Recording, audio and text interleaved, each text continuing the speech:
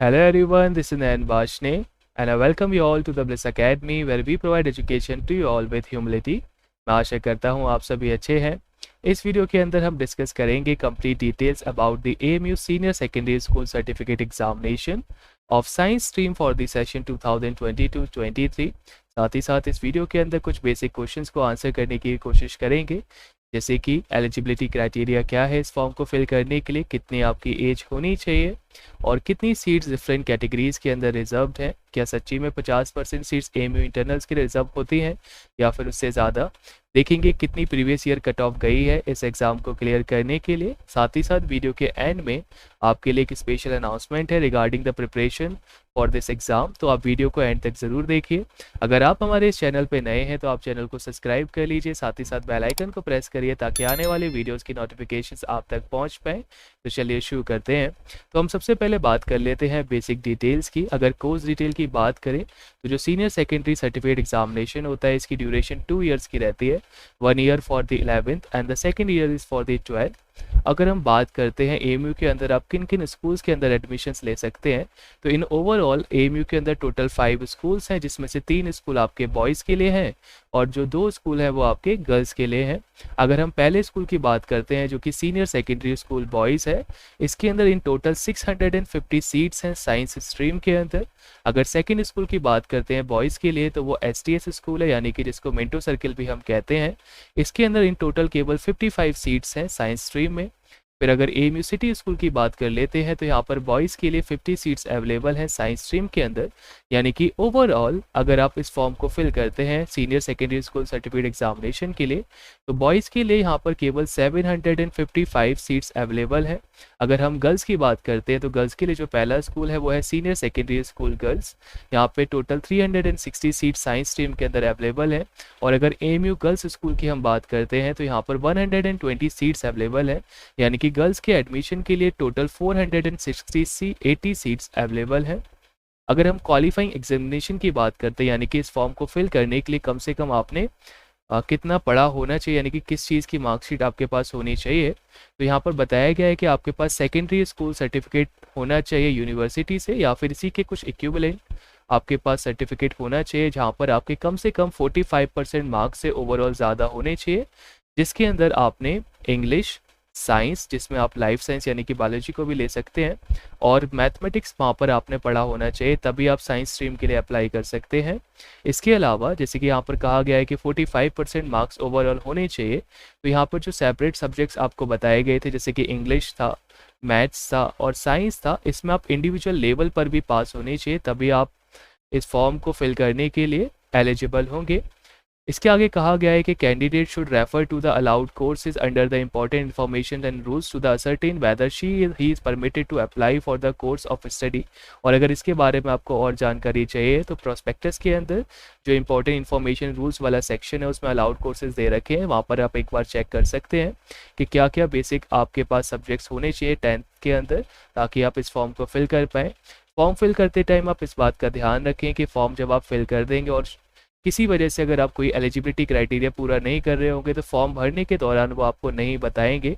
और अगर मान लेते कि आपने एग्ज़ाम क्लियर कर लिया तो लास्ट टाइम पे जब आपके डॉक्यूमेंट वेरीफाई होंगे उस टाइम पे आपको रिजेक्ट कर दिया जाएगा। तो बहुत ध्यान से फॉर्म को फिल करें, इंश्योर कर लें वो आप सारे एलिजिबिलिटी क्राइटेरिया को पूरा कर रहे हैं या नहीं कर रहे। अगर हम एज लिमिट की बात करते हैं तो इस फॉर्म को फिल करने के लिए आपकी जो एज है वो 19 ईयर से कम होनी चाहिए 1 जुलाई तक, यानी कि जैसे आने वाले टाइम में अभी फॉर्म आएंगे 11th एंट्रेंस के लिए, तो अगर 1 जुलाई 2022 तक 19 ईयर से कम है तो आप इस फॉर्म को फिल कर सकते हैं। ठीक है, अगर सिलेक्शन प्रोसेस की हम बात करते हैं तो ये एडमिशन टेस्ट के थ्रू होता है। अगर हम टेस्ट पेपर डिटेल्स की बात कर लेते हैं तो टेस्ट पेपर के अंदर इन टोटल 100 मार्क्स के क्वेश्चन आपसे पूछे जाते हैं, जिसमें टोटल 100 ही क्वेश्चंस होते हैं, यानी कि 1 क्वेश्चन 1 मार्क का। यहाँ पर आपकी नेगेटिव मार्किंग रहती है जो कि 1/4 होती है, यानी कि हर एक गलत आंसर के लिए आपका 0.25 मार्क्स टोटल ऑब्टेन मार्क्स में से डिडक्ट कर लिए जाएंगे। अगर हम पेपर की बात करते हैं, पेपर के अंदर इन टोटल 4 सेक्शंस हैं, science, mathematics, general knowledge and Indo Islamic culture. अगर हम साइंस की बात करते हैं तो साइंस के अंदर आपसे फिजिक्स से रिलेटेड क्वेश्चंस, केमिस्ट्री से रिलेटेड क्वेश्चंस और बायोलॉजी यानी कि लाइफ साइंस से रिलेटेड क्वेश्चन पूछे जाते हैं। इनकी जो संख्या होती है इन टोटल ये 50 होते हैं, जिसमें लगभग 17 to 18 क्वेश्चन आपके फिजिक्स से होते हैं, 17 to 18 क्वेश्चन आपके केमिस्ट्री से होते हैं, और बाकी के जो रेस्ट क्वेश्चन होते हैं वो आपके बायोलॉजी से पूछे जाते हैं। अगर हम मैथमेटिक्स की बात करते हैं तो मैथमेटिक्स के अंदर यहाँ पर 30 क्वेश्चंस आपसे 30 मार्क्स के पूछे जाएंगे। जनरल नॉलेज के अंदर 10 मार्क्स के क्वेश्चन आपसे पूछे जाएंगे, जिसके अंदर आपकी जनरल पॉलिटी है, जनरल ज्योग्राफी है, बुक्स एंड ऑथर्स है, स्पोर्ट्स से रिलेटेड क्वेश्चंस हैं, और जो लास्ट कुछ मंथ्स के अंदर करंट अफेयर्स होते हैं उससे रिलेटेड क्वेश्चंस आपसे जनरल नॉलेज में पूछ ले जाते हैं। और अगर इंडो इस्लामिक कल्चर की हम बात करते हैं तो इंडो इस्लामिक कल्चर के अंदर भी आपसे 10 क्वेश्चन पूछे जाएंगे। इसमें बेसिकली इस्लाम और मुस्लिम्स का जो रोल रहा इंडिया के अंदर उससे रिलेटेड क्वेश्चन पूछे जाते हैं, जिसके अंदर डिफरेंट टॉपिक्स आपको बताए गए हैं, जैसे कि अक़ीदत इबादत है, सीरत रसूल अकरम है, खलीफे राशिदीन है। तो ये बहुत सारे पार्ट्स हैं जो कि सिलेबस के अंदर मेंशन है। मैं सिलेबस का लिंक आपको डिस्क्रिप्शन के अंदर दे दूंगा, वहाँ से आप इसको डाउनलोड करके देख सकते हैं, या फिर ऊपर मौजूद आई बटन पर प्रेस करके आप इंडो इस्लामिक कल्चर का जो सिलेबस है उसको देख सकते हैं। अगर हम टेस्ट सेंटर की बात करते हैं तो यहाँ पर जो टेस्ट सेंटर है वो आप फिल कर सकते हैं फॉर्म फिलअप करते टाइम, जैसे कि आप अलीगढ़ को अपने टेस्ट सेंटर के तौर पर चुन सकते हैं। इसके अलावा यूपी के अंदर आपको लखनऊ, मेरठ, बरेली का भी ऑप्शन दिया जाता है फिल करने के लिए। अगर जम्मू कश्मीर के पास आप रहते हैं तो आप श्रीनगर को फिल कर सकते हैं अपने टेस्ट सेंटर के तौर पे। ऐसे ही अगर आप वेस्ट बंगाल में हैं तो आप कोलकाता चुन सकते हैं। और बिहार के अंदर यहाँ पर टोटल 2 सेंटर्स हैं, एक पटना और किशनगंज, यहाँ पर भी आप अपना टेस्ट सेंटर के तौर पर चुन सकते हैं। ओके, तो ये कुछ बेसिक क्राइटेरिया से। इसके अलावा यहाँ पे कुछ एडिशनल इन्फॉर्मेशन भी आपको बताई गई है कि ये जो एग्ज़ाम होता है ये 2 चीज़ों के लिए कंबाइंड एडमिशन टेस्ट होता है। पहला जो एडमिशन टेस्ट है आप इस एग्ज़ाम के through senior secondary school certificate के लिए अप्लाई कर सकते हैं साइंस स्ट्रीम के अंदर, या और साथ ही साथ इस सेम एग्ज़ाम को आप डिप्लोमा इन इंजीनियरिंग के लिए भी अप्लाई कर सकते हैं। तो यहाँ पर AMU दोनों ही कोर्सेज़ के लिए सेम एग्ज़ाम कंडक्ट कराता है। जब आप एडमिशन फॉर्म को फिलअप करेंगे तो वहाँ पे आपके सामने चॉइस आएगी चुनने के लिए, दोनों के लिए सेम ही फ़ीस देनी है। तो आप चाहें तो आप डिप्लोमा इंजीनियरिंग के लिए भी वहाँ पर अप्लाई कर सकते हैं। अगर हम बात करें कि किस लैंग्वेज में ये एग्ज़ाम कंडक्ट कराया जाता है तो AMU 3 लैंग्वेज के अंदर से एग्ज़ाम को कंडक्ट कराती है, इंग्लिश, हिंदी एंड उर्दू। ठीक है, इसके अलावा अगर मान लेते हैं कि आपने एग्ज़ाम क्लियर कर लिया और आपको अब 11th के लिए वो सब्जेक्ट्स ऑफ़र करेंगे, तो यहाँ पर बताया गया है कि ये जो फॉलोइंग सब्जेक्ट्स हैं ये आपको ऑफ़र करे जाएंगे at the time of admission, जिसमें कंपलसरी सब्जेक्ट आपके इंग्लिश कोर रहेंगे, फिज़िक्स, केमिस्ट्री, और जो चौथा सब्जेक्ट होगा वो आपकी रैंकिंग पे डिपेंड करेगा कि क्या वो आपके लिए अवेलेबल है या नहीं। तो यहाँ पे 4 सब्जेक्ट के अंदर आप मैथमेटिक्स यानी कि PCM वाली ब्रांच चुन सकते हैं, या फिर आप बायोलॉजी वाली ब्रांच चुन सकते हैं PCB। और अगर आप गर्ल्स हैं तो गर्ल्स के लिए यहाँ पर एक स्पेशल ऑप्शन है कि वो होम साइंस भी 4 सब्जेक्ट के तौर पर चुन सकते हैं। अब अगर आप 5th सब्जेक्ट की बात करते हैं तो अगर आपने ऊपर मैथमेटिक्स 4 सब्जेक्ट में नहीं लिया है तो उसके अलावा फिर आप यहाँ पर बायोलॉजी, ठीक है, और environmental science, Hindi elective, Urdu elective, physical education, computer science, Arabic या पर्शियन में से कोई एक पर्टिकुलर आप सब्जेक्ट चुन सकते हैं। और अगर आप गर्ल्स हैं तो आपके लिए यहाँ पर होम साइंस भी अवेलेबल रहेगा। ठीक है, वैसे अगर आपने बायोलॉजी ले लिया 4 सब्जेक्ट के तौर पे फिर आपके लिए मैथमेटिक्स ऑप्शन खुला रहेगा, लेकिन बात वही आएगी कि आपकी रैंक क्या है। ठीक है, तो आपको बहुत ध्यान रखना है कि आप अच्छे मार्क्स यहाँ पर ऑब्टेन करें ताकि आपके सामने ये सारे ऑप्शंस अवेलेबल रहें। मेरा कहने का मतलब ये है कि अगर आपकी रैंक अच्छी नहीं है, यानी कि आप केवल कट ऑफ के पास आए, तो बच्चे जो होते हैं वो 5th सब्जेक्ट के तौर पे एक लाइट सब्जेक्ट को चुन लेते हैं ताकि वो PCM या PCB के ऊपर अच्छी तरीके से फोकस कर पाए, जैसे कि वो फिजिकल एजुकेशन ले लेंगे या फिर कोई और सब्सिडरी सब्जेक्ट ले लेंगे। ठीक है, लेकिन अगर आपकी रैंक कम आई तो आपके लिए जो लास्ट सब्जेक्ट बचेगा वो डिफ़िकल्ट सब्जेक्ट होगा, जिसके मैथमेटिक्स हो गया। तो आप इस बात का ध्यान रखें कि आप ध्यान से पढ़ें और अच्छी रैंक लेके आएँ ताकि आप अपने मनपसंद सब्जेक्ट 11th के अंदर चुन पाएँ। अगर हम अब PWD कैंडिडेट्स की बात करते हैं तो यहाँ पर भी वही सेम चीज़ आपके लिए अवेलेबल रहेगी, जैसे मैथमेटिक्स है, बायोलॉजी है, होम साइंस गर्ल्स के लिए, इन्वायरमेंटल साइंस है, हिंदी इलेक्टिव है, Urdu elective, computer science, physical education, fine arts और साइकोलॉजी। अब यहाँ पे बात ये याद रखनी है कि ये जो आपको PWD कैंडिडेट्स को सब्जेक्ट्स दिए जा रहे हैं ये डिपेंड करेगा कि जहाँ पे आप पढ़ रहे हो क्या वहाँ पे ऐसी फैसिलिटीज़ या स्पेस अवेलेबल है या नहीं। तो हो सकता है कि यहाँ पे जितने ऑप्शंस आपको दिख रहे हैं at the time of admission शायद वहाँ पे आपको ना दे पाए। ठीक है, जहाँ पे डॉलर बन रहा था वो वाली बात मैंने आपको पहले ही बता दी। होम साइंस केवल फीमेल्स के लिए ही अवेलेबल है। तो ये बेसिक डाटा था जो कि प्रॉस्पेक्टस के अंदर दे रखा है रिगार्डिंग दिस कोर्स। अब हम बात करते हैं एक्चुअल में कितनी सीट्स आपके लिए अवेलेबल हैं। तो जैसे कि हमने पीछे अभी कैलकुलेट किया था, अगर बॉयज़ की बात करते हैं तो बॉयज़ के लिए 755 सीट्स अवेलेबल थी एडमिशन के लिए, और ऐसी अगर गर्ल्स की बात करी थी तो हमने वहाँ पे गर्ल्स के लिए 480 सीट्स अवेलेबल थी। अब एएमयू क्योंकि माइनॉरिटी स्टेटस रखता है तो यहाँ पे 50% सीट्स एएमयू इंटरनल्स के लिए रिजर्व रहती हैं। एएमयू इंटरनल का मतलब होता है जो ऑलरेडी एएमयू के स्कूल्स के अंदर पहले से पढ़ रहे थे, और एक्सटर्नल का मतलब होता है जो कि आज तक एएमयू के अंदर नहीं पढ़े, यानी कि उनके पास एएमयू का एनरोलमेंट नंबर नहीं है।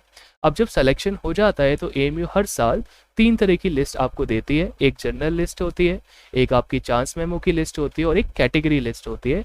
तो जो जनरल लिस्ट आती है उसमें 604 बच्चों की सेलेक्टेड लिस्ट आती है, यानी कि जो जनरल कैटेगरीज के अंदर सीट है एएमयू के अंदर वो 604 है बॉयज़ के लिए, और ऐसी अगर हम गर्ल्स की लिस्ट को देखते हैं तो वहाँ पे 384 सीट्स अवेलेबल रहती हैं जनरल लिस्ट के अंदर।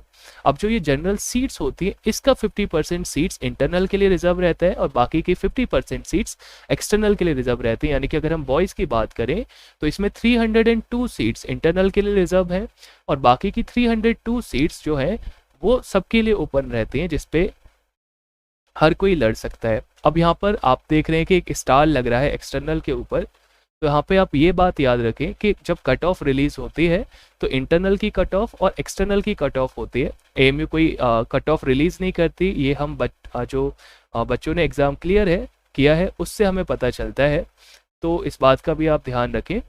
तो कहने का मतलब मेरा ये है कि अगर कोई इंटरनल वाला बच्चा अगर एक्सटर्नल की कट ऑफ से ज़्यादा मार्क्स लेके आता है तो एएमयू इंटरनल ना गिन के उसको जनरल के अंदर गिनती है, यानी कि 302 सीट्स के अलावा भी अगर कोई इंटरनल जनरल से ज़्यादा नंबर लेके आएगा तो वो एक्सटर्नल वाली सीट को भी ले जाएगा। तो हम टेक्निकली देखें तो यहाँ पर 50% से ज़्यादा सीट्स इंटरनल के लिए अवेलेबल है। तो एक्सटर्नल के लिए काफ़ी टफ कॉम्पिटिशन यहाँ पर रहता है। तो आप अगर एक्सटर्नल हैं तो आपको काफ़ी मेहनत करनी पड़ेगी उस कट ऑफ को पार करने के लिए। सिमिलरली अगर हम गर्ल्स की बात करते हैं तो गर्ल्स के अंदर भी 384 का हाफ यानी कि 192 सीट्स इंटरनल के लिए रिजर्व है, और इसके बाद जो बाकी की 192 सीट्स बची वो सबके लिए ओपन है। अब हम रिजर्व सीट्स की बात करते हैं तो जो रिजर्व कैटेगरी की लिस्ट आती है उसके अंदर 151 पर्सनस को सेलेक्ट किया गया था जो कि कैटेगरी लिस्ट के अंदर थे बॉयज़ में, और ऐसे ही 96 गर्ल्स को सेलेक्ट किया गया था कैटेगरी वाइज। अगर हम कैटेगरी वाइज की बात कर लें तो जब आप उस लिस्ट को देखेंगे जो कि 2020 और 21 की है तो वहाँ पर आपको देखने को मिलेगा कि जो आपकी पहली रिजर्व कैटेगरी है children of the university employ, यानी कि जो लोग यूनिवर्सिटी के अंदर काम कर रहे हैं डिफरेंट पोस्ट के ऊपर, अगर उनका कोई बच्चा अप्लाई करेगा एएमयू एंट्रेंस के अंदर तो उसके लिए सर्टेन सीट्स रिजर्व है। तो अगर 11th एंट्रेंस की बात करते हैं तो यहाँ पे लगभग 61 सीट्स बॉयज़ के लिए रिजर्व रहती हैं और 38 सीट्स गर्ल्स के लिए रिजर्व रहती हैं। ठीक है, तो ये रिजर्व कैटेगरी की बात हम कर रहे हैं जिसमें आप इंटरनल एक्सटर्नल हो उससे फ़र्क नहीं पड़ेगा। अगर आप उस कैटेगरीज में कम नंबर से लेके आ रहे हैं और इस रिजर्व कैटेगरी के अंदर आ रहे हैं तो भी आपका सिलेक्शन हो सकता है। दूसरी कैटेगरी जो यहाँ पे आती है वो है children of the university alumni, यानी कि जो लोग पहले से एएमयू में पढ़े हुए हैं और अब उनके बच्चे क्या कर रहे हैं, इसमें अप्लाई कर रहे हैं एडमिशन के लिए, तो वो इस कैटेगरी के थ्रू अप्लाई कर सकते हैं। यहाँ पर बॉयज़ के लिए 36 सीट्स अवेलेबल हैं और गर्ल्स के लिए 20 सीट्स अवेलेबल हैं। अगर हम अदर बैकवर्ड कास्ट की बात करते हैं यानी कि ओबीसी की, तो ओबीसी के लिए यहाँ पे 16 सीट्स बॉयज़ के लिए हैं और 18 सीट्स आपकी गर्ल्स के लिए हैं। अगर शेड्यूल कास्ट की हम बात करते हैं तो शेड्यूल कास्ट के अंदर 11 सीट बॉयज़ के लिए और 7 सीट्स यहाँ पे गर्ल्स के लिए अवेलेबल है। शेड्यूल ट्राइब की बात करते हैं तो 6 सीट्स बॉयज़ के लिए थी और इस कैटेगरी के अंदर कोई भी सीट हमें शेड्यूल ट्राइब के गर्ल्स के लिए नहीं दिखी। इसका मतलब ये नहीं कि गर्ल्स के लिए कैटेगरी में कोई सीट नहीं है, सीट्स होंगी लेकिन किसी वजह से शायद उनका जो कट ऑफ था वो कम रहा तो वहाँ पे वो सीट फिलअप नहीं हो पाई या फिर किसी ने उस कैटेगरी के अंदर अप्लाई नहीं किया।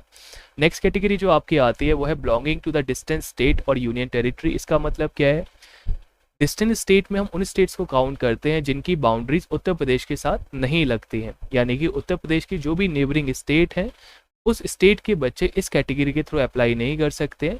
केवल ऐसी स्टेट जो कि उत्तर प्रदेश के साथ बाउंड्री नहीं शेयर करेंगी वो इस कैटेगरी के अंदर आएंगे। जिसमें आप यूनियन टेरिटरी के हो तो अभी आप अप्लाई कर सकते हैं। तो बॉयज़ के अंदर 15 सीट्स और 10 सीट्स गर्ल्स के लिए अवेलेबल थी। अब बात करते हैं आउटस्टैंडिंग स्पोर्ट्स पर्सन। अगर आप नेशनल लेवल पर खेले हुए हैं, आपके पास नेशनल लेवल का सर्टिफिकेट है, तो आप इस कैटेगरी के अंदर अप्लाई कर सकते हैं। उसके लिए बाद में आपका ट्रायल किया जाएगा, चेक किया जाएगा कि सच्ची आपके अंदर वो स्किल्स हैं या फिर नहीं। तो यहाँ पर मैक्सिमम 10 सीट्स आपकी रिजर्व रहती हैं, लेकिन ये ज़रूरी नहीं कि 10 की 10 आपको फिल ही करनी है। आपके ट्रायल में चेक किया जाएगा कि सच्ची में आपके अंदर वैसी स्किल्स हैं या नहीं। गर्ल्स के अंदर यहाँ पर मैक्सिमम 5 सीट्स हैं। अब बात करते हैं नेक्स्ट कैटेगरी की, जो कि है आउटस्टैंडिंग डिबेटर। इसके लिए कोई सीट फिक्स नहीं है। डिबेटर्स यानी कि जो वाद विवाद करते हैं डिफरेंट टॉपिक्स के ऊपर, वो इस कैटेगरी के अंदर आएंगे। तो यहाँ पर भी आपके पास नेशनल लेवल के सर्टिफिकेट्स होने चाहिए ताकि ये बात प्रूफ हो सके। यहाँ पर भी आपकी पहले वैलिडेशन कराया जाएगा जब आप इस कैटेगरी के थ्रू अपना फॉर्म फिल करेंगे।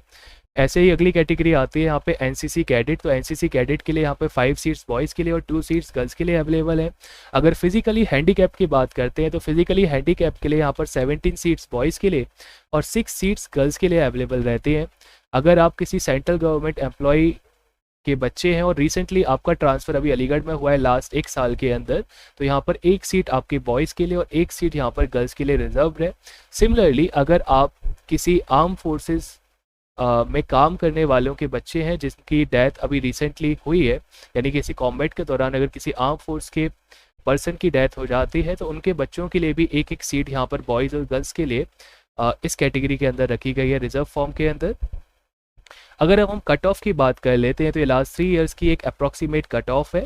अगर हम 2019 की बात करते हैं तो जो इंटरनल थे उनके लिए जो कट ऑफ गई थी वो 34 और 31 थी। अगर एक्सटर्नल की बात करें 2019 के अंदर तो यहाँ पर 50 मार्क्स बॉयज़ के लिए और 45 मार्क्स गर्ल्स के लिए कट ऑफ गई थी। फिर आप इस बात को ध्यान रखें, एएमयू कट ऑफ रिलीज़ नहीं करती है। ये जो डाटा गैदर किया गया है ये जिन बच्चों ने एग्ज़ाम दिए हैं और जिनके एडमिशन हुए उसके बिहाफ पे है। 2020 की अगर हम बात करते हैं तो यहाँ पर 38 मार्क्स आपके इंटरनल के लिए गए और 38 मार्क्स ही गर्ल्स के लिए गए। ऐसी अगर एक्सटर्नल की बात करते हैं 2020 के अंदर तो 54 मार्क्स आपकी बॉयज़ की कट ऑफ गई थी और 50 मार्क्स आपकी गर्ल्स की गई थी। अगर 2021 की बात करें तो इंटरनल के लिए 38, सिमिलरली गर्ल्स के लिए भी 38 रही। और अगर हम बॉयज़ की बात करते हैं तो 53 जो कट ऑफ थी आपकी बॉयज़ के लिए रही और 48 जो कट ऑफ थी आपकी गर्ल्स के लिए रही। अब देखिए, कट ऑफ का मतलब होता है जो लास्ट बच्चा उस लिस्ट के अंदर सेलेक्ट हुआ है। आपको कोशिश करनी है कि आप कट ऑफ से ज़्यादा मार्क्स लेके आएँ, तभी आपको आपके सूटेबल सब्जेक्ट्स मिल पाएंगे पढ़ने के लिए। तो अगर एक ओवरऑल बात करते हैं तो जो इंटरनल्स की कट ऑफ रहती है तो हम मान सकते हैं कि लगभग 40 के अराउंड ये आपकी कट ऑफ रहेगी 2022 के लिए। और अगर एक्सटर्नल की हम बात करते हैं तो एक्सटर्नल के लिए जो कट ऑफ अगर हम लें तो ये बॉयज़ के लिए आपकी रहती है लगभग 55। और अगर गर्ल्स की हम बात करते हैं तो गर्ल्स के लिए कट ऑफ रहेगी लगभग 50 के आसपास। ठीक है, तो इस बात का ध्यान रखें कि आपको कट ऑफ नहीं लानी है, आपको कट ऑफ से ज़्यादा मार्क्स लेके आने हैं ताकि आप अपने सूटेबल सब्जेक्ट्स को चुन पाएँ। तो आई होप आपके ये बात समझ में आई होंगी। क्या एलिजिबिलिटी क्राइटेरिया है उस बात को ध्यान रखें एडमिशन फॉर्म को फिल करते टाइम, और डिफरेंट कैटेगरीज को भी याद रखें, आप उसके थ्रू भी अप्लाई कर सकते हैं। अगर किसी वजह से आपके जनरल कट ऑफ से मार्क्स कम या इंटरनल कट ऑफ से मार्क्स कम आए तो हो सकता है कि आपको रिजर्व कैटेगरी के अंदर वो सीट दे दी जाए। ठीक है, तो इस बात का भी ध्यान रखें आप किन किन कैटेगरीज के अंदर आ रहे हैं, उन सारी कैटेगरीज के अंदर आप अप्लाई कर सकते हैं जिससे आपके चांसेस और भी ज़्यादा बढ़ जाए। तो अब जैसे कि हमने कहा था कि वीडियो के एंड में आपके लिए एक अनाउंसमेंट है। तो अगर आपको AMU 11th entrance science and diploma engineering 2022-23 के लिए प्रिपेयर करना है तो ब्लिस एकेडमी जो कि ये चैनल है, इस पे आपके लिए कंप्लीट वीडियोस अवेलेबल रहेंगी हर एक टॉपिक के लिए। इनिशियली हम इंडो इस्लामिक कल्चर को स्टार्ट कर रहे हैं जिसके अंदर लगभग 35 वीडियोस होने वाली हैं। ये कंप्लीट सीरीज़ रहेगी। अगर आप इससे पढ़ेंगे तो लगभग 10 में से आप 8 मार्क्स यहाँ पर ऑब्टेन कर सकते हैं। इसकी जो PDFs होंगी वो आप हमारे क्लासरूम ग्रुप्स को ज्वाइन कर लें, वहाँ से आप इसकी PDF को डाउनलोड कर सकते हैं। क्लासरूम का कोड आपको यहाँ पर दिख रहा है, साथ ही साथ क्लासरूम का लिंक भी आपको डिस्क्रिप्शन के अंदर हमने दे रखा है, वहाँ पे भी आप सिंपली क्लिक करके गूगल क्लासरूम में ज्वाइन कर सकते हैं। इसके थ्रू आप इजीली हमारी वीडियोस को ट्रैक कर पाएंगे, कितना डाटा हमने अप्लाई किया। साथ ही साथ बीच बीच में हम वहाँ पर आपको मॉड्यूल्स भी प्रोवाइड करते रहेंगे ताकि आप प्रिपेयर कर पाएँ प्रॉपर वे के अंदर। अगर आपको चाहते हैं ब्लिस एकेडमी यानी कि जो हमारा चैनल है या ये जो कम्युनिटी है इसको और भी स्ट्रॉन्ग करना, तो आप चाहें तो इस कोड के थ्रू कंट्रीब्यूट कर सकते हैं। ये मैंडेटरी नहीं है, आपके बिल पे डिपेंड करता है। अगर आपको वीडियो पसंद आई है तो आप वीडियो को लाइक करें, अपने फ्रेंड्स के साथ शेयर करें और कमेंट करके आप अपनी क्वेरीज हमें बता सकते हैं, या फिर आपको वीडियो कैसी लगी आप ये बताएं हमें। ठीक है, तो चलिए मिलते हैं फिर एक नई वीडियो के अंदर, तब तक के लिए गुड बाय।